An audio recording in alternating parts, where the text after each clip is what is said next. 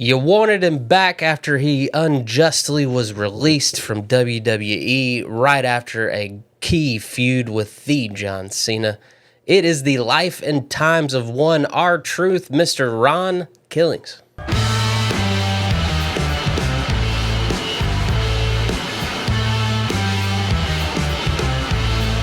What's your knowledge extent? Like, I know you're a fan of the product, so obviously you've seen him as R-Truth over the years. What is your extent of Mr. Ron Killings? Man, I just remember watching the Wrestler recently. Oh, okay, yeah. And he pops up in there. Yeah. He's like got kind of a key part in there. Plays like one of the guys in the back, and so I thought that was cool seeing him pop up because it's such a different character for him. And then just recently, as I've been rewatching, I don't remember much about him pre like 2017, 2018. So That's everything fair. since then has kind of just been him being silly, winning tag champs, and A lot of random tag teams, and also 24/7 champion. I felt like he had the most reigns with 24/7 champion of anybody for some reason. He did. They really utilized him for that. So I got some good numbers. So I'm hoping I'll refresh a memory of it because he was definitely around when you got back into it. So hopefully I'll hit a nerve and you'll be like, that's what I know about our guy Ron Killings. Ron Killings, Ronnie Aaron Killings, born January 19th, 1972. Dang, love to see that. Charlotte, North Carolina. I love to see that. Boom. North Carolina guy. Played football, baseball, and track and field, but he pursued music after high school. Love it. He wanted to be in the hip-hop game, and that was his passion, and you couldn't tell him anything else. Unfortunately, that didn't come up with a lot of money, so in order to fund his musical career, he was a pharmaceutical rep without the proper licensure, and he had a couple run-ins with the police. While he was getting his life straight with that, he met Jackie Crockett, one of the Crockett's, and Crockett tried to convince him to be a wrestler. Okay. He was like, dude, you're athletic. You got this. Come on. You're perfect for this. Ron had nothing to do with it. He was like, no. But he did clean up, just dove headfirst back into the music. He wanted to make music happen early on in life. So that didn't work out the way he wanted it to. He worked some odd jobs, and a couple of years decided to give his buddy Jackie Crockett a call and be like, I'll hear you out on this wrestling thing. You think I'm good for it? At least tell me what you're talking about. So at the time, Jackie Crockett was a cameraman for WCW, and this is around the late 90s, like mid to late 90s. So WCW's hopping, but about to fall. So R-Truth went around to a bunch of WCW shows, kind of met some people, got introduced to the right people, started off in the PWF, Pro Wrestling Federation. Sounded like something I'd make up when I was a kid. Like, welcome to the PWF, Pro Wrestling Federation. He trained with Manny Fernandez and also was his manager in PWF. So he got to be around the product without having to get involved in the matches quite yet. So be around it, learn it, absorb it, I guess. And then he got to debut as K-Crush, NWA Wildside. Which was the name for their WCW developmental territory in Georgia. Cornelius, Georgia? Have you ever heard of it? Never Cornelius, Georgia. Yeah, that's where. Yeah. NWA Wildside. Boom. He had so many fun names on the indies. At one point, he was K. Malik Shabazz. Love it. And then he learned the ropes in the NWA, small territories, a couple other random territories in the South. Became K Quick in 1999 when he signed a developmental deal with WWE. K Quick. What was K Quick up to? He got sent to Memphis Championship Wrestling to learn the ropes. There, he became the Southern Heavyweight Champion. Ooh. First taste of gold. Big time. In Memphis Championship Wrestling. Guess who he lost it to? Jerry the King Lawler. There, Jerry the King Lawler. It's a rite of passage. King of Memphis. If you're wrestling in Memphis, you go lose. You gonna to Jerry drop Lawler. to Jerry the King Lawler. He did well in developmental. They loved him in Memphis. Got moved up to Raw. Formed a tag team with Road Dogg. Okay. So Road Dogg was coming out of the DX days, but he was still intertwined in DX. You know Vince can't let stuff go. No. If it was ever big, he's going to keep it around for a little bit. So that led to him kind of being intertwined in DX. So at one point, he had a tag match with Road Dogg, Billy Gunn, and China, and himself versus the Radicals. You know, when Dean Malenko, Harry Saturn, Eddie Guerrero, and was the Radicals? Eddie Guerrero, Dean Malenko, Chris Benoit, and Perry Saturn. Was there one more? That was the four. The four. Yeah. Yeah. They were trying to be like a ECW Four Horsemen kind of thing. I guess, yeah. You know? I knew that they all rolled together, but I didn't know that they had an official That's how they faction. debuted, and they were called the Radicals. Okay. Because they were trying to change wrestling. Trying to be radical. Trying to be radical. I mean, dude, aren't we all? So WWE threw DX and K Quick at them. Yeah. When did we have the Eddie Guerrero China stuff? The Eddie Guerrero China would have probably been early 2000s. Okay, so I mean, do you see him early on crossing paths? You got China and Eddie Guerrero in this feud. So this is when in 2000, 2001, they would turn K-Quick into a hardcore wrestler. Okay. He beat Raven for the hardcore championship in 2001, his first WWE title. He always had kind of a punk rock kind of Raven. Even now he kind of looks like he's dressing like Raven with the because he always wore the denim. He at least wore full jeans. Yeah. He always wore like the boots. You know, he always had multiple piercings, tattoos. So I see the appeal of a Raven K-Quick feud here in the early 2000s because it also screamed 2000s. Yeah, totally. Because by then he's already coming down to the ring rapping. So you know the fans love that in 2000. Yeah, we still love it in punk 2025. grunge. Yeah, totally. He would lose the hardcore title to Crash Holly. Good old Crash Holly. Good old Crash before hardcore. Well, this is a little Crash. This is a little hardcore Holly. I know. And then he would win it again from Raven, and then lose it to Crash again. Rinse, recycle, repeat. Man, they were just passing things around back then. Yes, and unfortunately, this is when the invasion hit in August of in 2001. He kind of fell into the background of the invasion angle. Wasn't really used. He wasn't a top WWE guy, so WWE didn't use him, and he wasn't from ECW or WCW, which they could have used him. They could have dove into his WCW developmental days, I guess. Yeah. Way to go, writers! But he was released from his WWE contract August 2001. He would then find a home as K Crush in TNA. Okay. He was a heel upon arrival. He delivered this beautiful, fiery promo. You know those indies when they were competing against WWE, they would let a released wrestler just have a microphone, like go say your piece, man. And K Crush did, and this is when he became the truth. Like he delivered, I'm the truth, the whole truth, nothing but the truth. I'd love to see that. I haven't seen that. It's a great promo. Check out K Crush becomes truth. This happened July 17th. So I guess he lasted a whole year as K Crush. Okay. And so Ron, the Truth Killings, won the NWA World Heavyweight Championship from Ken Shamrock, August 7th. So cut that promo July 17th. He's champ August 7th. First black champion. Love it. In NWA Look at history. that turnaround time. Dang. Fourth ever in all of wrestling history at this point. Huge. Wow. 2001? Come on, a legend. Guys. Fun run as a champion. He had Viscera as his bodyguard over in TNA. Big Vis. Yeah. So he was having a lot of fun. This is when he joined forces with Conan and Road Dogg, formed 3 Live Crew. Leaning into the hip hop, 2 Live Crew. Like I loved it all. Conan, baby. I was Conan for Halloween like 3 years. He's back. Like NWO Conan. Wasn't I thought he back did good at Worlds Collide. He did great at Worlds People Collide. online did not agree, but I thought he did great. I thought it was great. Won tag gold, and they defend it with the Freebird rule. So you never know who's going to defend it that night. So I thought that was cool.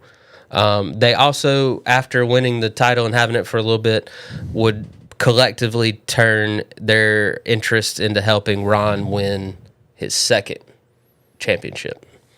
He would do so against Jeff Jarrett. This would lead to them feuding with Billy Gunn, who would just come over from WWE. I guess this was after was this pre-Billy and Chuck, or was this after Billy and Chuck? I think what year would this have been? Around 03, 04. Ooh, great question. I feel like this would be right around the same time. Yeah, I think, that's crazy. So Billy Gunn comes over to TNA, and you could tell that Billy Gunn and Road Dogg were just mad at WWE. Like, they'd cut a promo at WWE any chance they got, you know? So I feel like Ron was kind of stuck in all this, you know? But they would feud with Billy Gunn as 3 Live Crew. He would later join them and become 4 Live Crew. Conan wasn't having this. They would have a match against Team Canada. This is Team Canada TNA days, which if you haven't checked that stuff out, it's fantastic. Eric Young, Bobby Roode, Petey Williams, just good stuff. Against Team Canada, Conan would turn on him, hitting Billy with a chair. So this would kickstart another singles run with Ron Killings in TNA. But then they'd also, this is when even TNA did it to him. They started putting him with random tag teams that just didn't make sense. He had a run with Lance Archer. Weird. As Lance Hoyt back in the day. He was tag team champs with James Storm. Or no, with Pac-Man Jones. He tagged with James Storm. He won the championship with Pac-Man Jones. Adam Pac-Man Jones. Love it.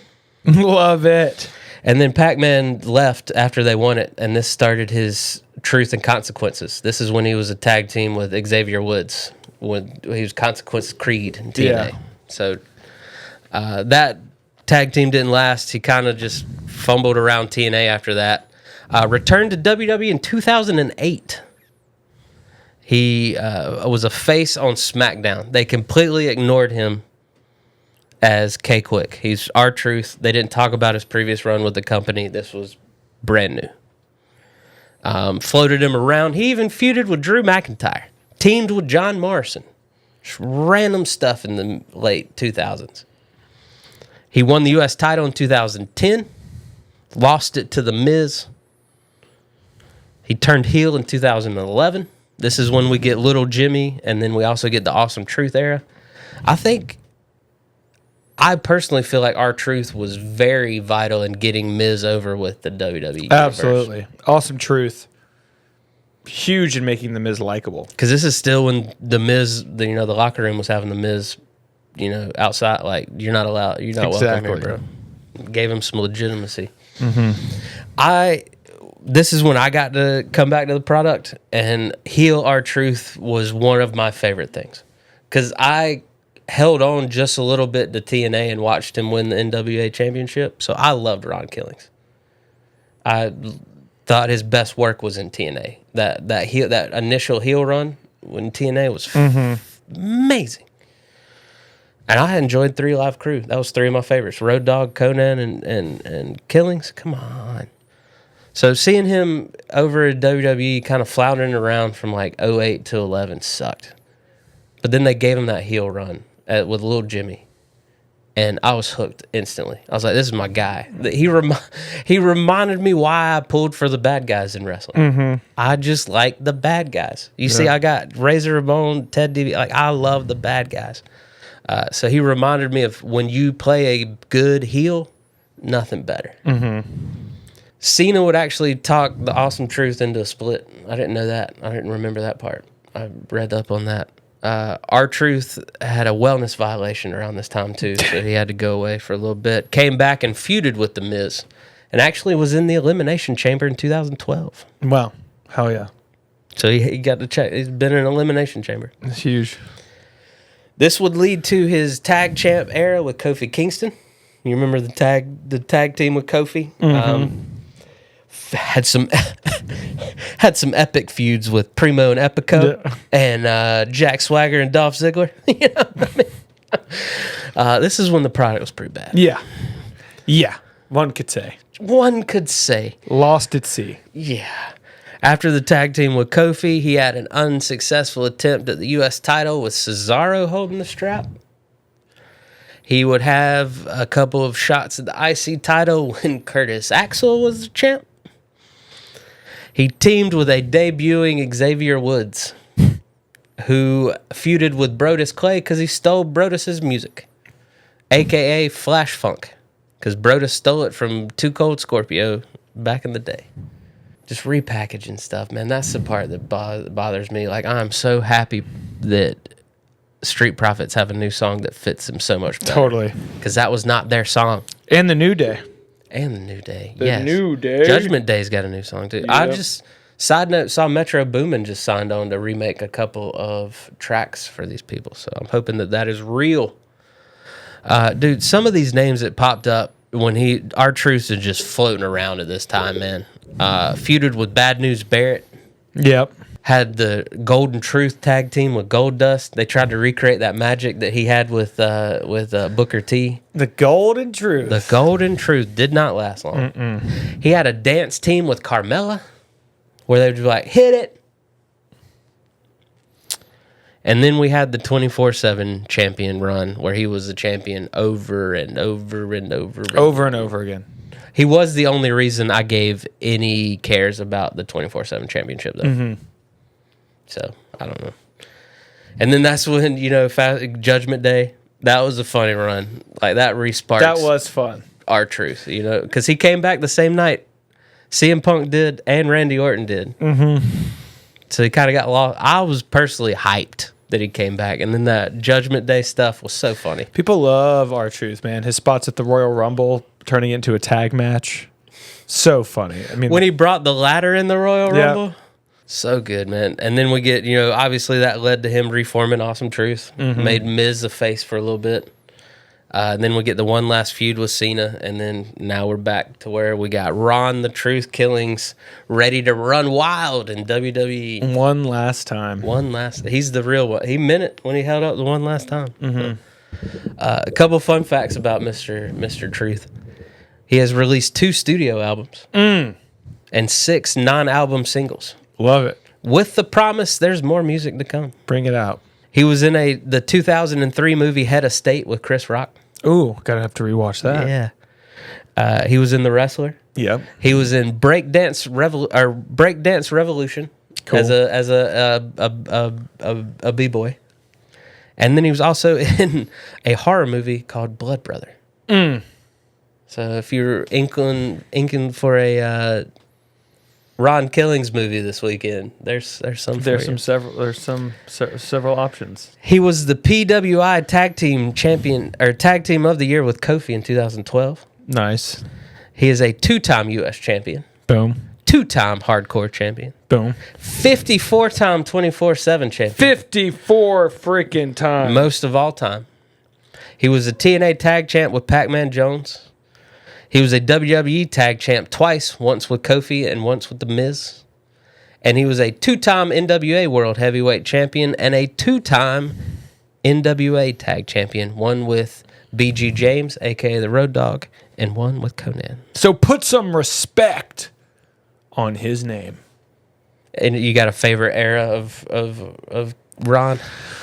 I mean, personally, I think I need to go with like the past 2 to 3 years for me. He's just been the perfect comedic foil in so many moments, but not in a cheesy way. When WWE decided to steer away from the PG era and into the more PG-13, they did a great job keeping R-Truth just like a breath of fresh air, reminding you that wrestling is supposed to be silly. It's pro wrestling. Like you need that in a world where they're starting to take it too seriously, and it's becoming like you need that reminder that's like this is still a silly show. We're all still carnies here. So for most people, probably wouldn't be this most recent era, but that's just really what I know. No, I agree with you. I mean, like I said, I loved his TNA run, loved it. But the like he plays it so well. He, like you said, he's able to be the comedic foil to the serious nature without being corny. Mm-hmm. Like never once was like R-Truth, because when he went to Austria instead of Australia, so funny. He's great, man. I love Ron Killings. I hope they got big things planned for him on this run. Go out in a blaze of glory, my dude. and I hope he all the success. So that is the life and times of Ron the Truth Killings, K Quick, K Crush, K Malik Shabazz. K Malik Shabazz and our truth. He's the truth, the whole truth, and nothing but it. We love you here at the Spandex StandUps. Keep being you. And y'all hit that subscribe button and y'all keep being you and keep tuning in. We'll see you next time.